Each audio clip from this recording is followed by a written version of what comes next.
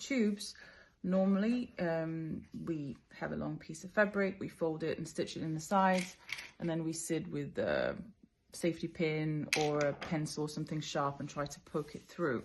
But there is another easier way to do it, where you use some ribbon, a piece of strong string or something, and then here we have the actual piece of fabric that we are going to turn into the nice little tube. So of course this means that your piece of fabric for the tube needs to be a little bit longer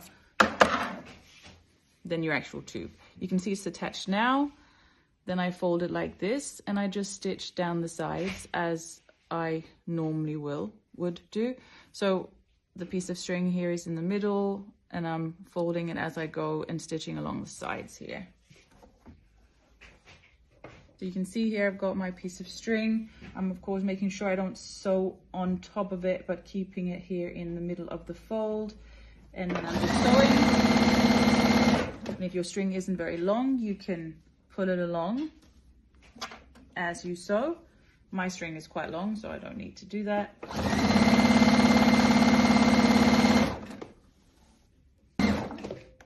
So this is an old piece of sleeve from a shirt, so that's why there's already some stitching on it.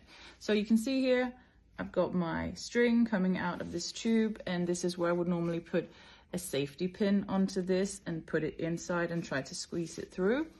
Instead, I can just tug at this string. I just have to be careful, of course, make sure that you sew this string properly onto the piece of fabric, because there just is this first little bit where it needs to, okay, there it came. And then carefully, now you can see, now the piece is out where it's attached to, so if I hold on to that, nothing's gonna break, and then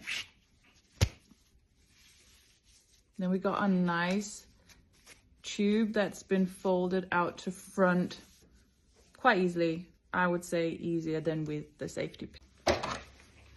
And then of course, you just cut this bit off.